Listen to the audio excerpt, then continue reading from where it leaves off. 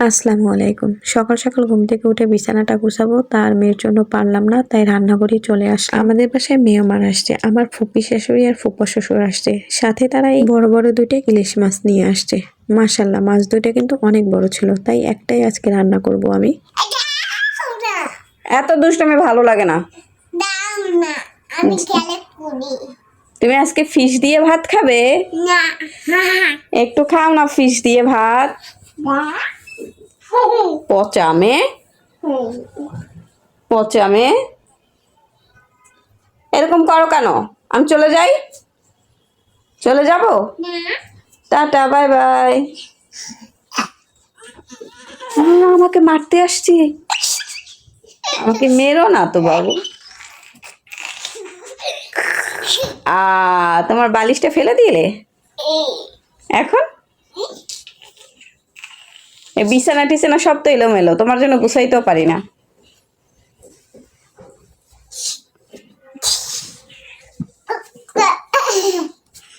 বালিশটা উঠাও উঠাও উঠাও উঠাও।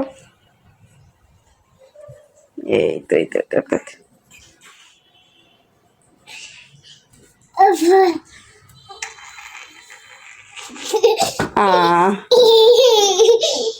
এটা কোনো খেলা? আর এদিকে মেয়ের সাথে দুষ্টামি শেষ করে মাছটা আমি ভিজিয়ে রেখেছিলাম, সেটা একদম আমি রেডি করে কুটে নিয়েছি। আর এই তো মাছের ভিতরে অনেকখানি ডিমও হলো। ফোনে কিরকমের দেখাচ্ছে আমি জানি না, তবে মাছের ডিমটা কিন্তু মাশাআল্লাহ অনেক বড় ছিল, মাছটাও অনেক বড় ছিল। ইলিশ মাছ আসলে কাটতে বা ধুতে তেমন একটা বেশি কষ্ট হয় না, তাই আমি মাছটা সরাসরি এখন ভাজতে নিয়ে আসলাম। আজকে মূলত মাছের ডিমটা আমি আপনাদের সাথে শেয়ার করব, কিভাবে আমি অনেকখানি ইলিশ মাছের ডিম ভাজি করব। এইভাবে যদি ইলিশ মাছের ডিম ভাজি করে খাওয়া যায়, মাশাআল্লাহ অনেক বেশি ভালো লাগে। আর লোকজন যদি বেশি হয়ে থাকে আর ডিম যদি কম হয়ে থাকে, তাহলে সবাই চাইবে ইলিশ মাছের ডিম বলতে কথা, সবাই চাইবে একটু খেতে। আমি মাছ তেলে ভাজতেছি আর পাশাপাশি ডিমটাকে আমি হাতে ছেনে নিয়েছি।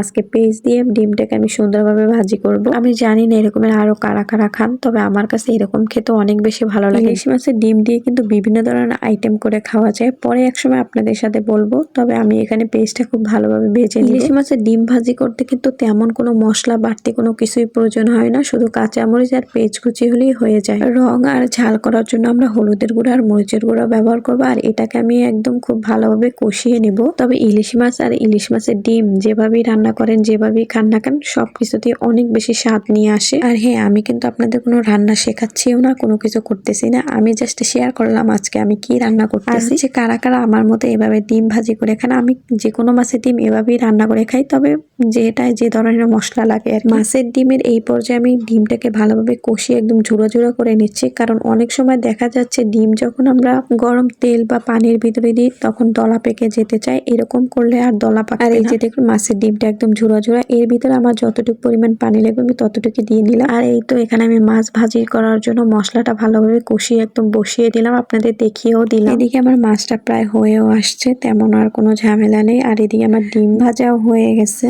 আর এই তো আপনাদের একটু দেখিয়েও দিলাম, দেখুন কত সুন্দর ঝরঝরা হয়েছে। আর আমার ভিডিও যদি ভালো লেগে থাকে অবশ্যই লাইক দিবেন। আল্লাহ হাফেজ।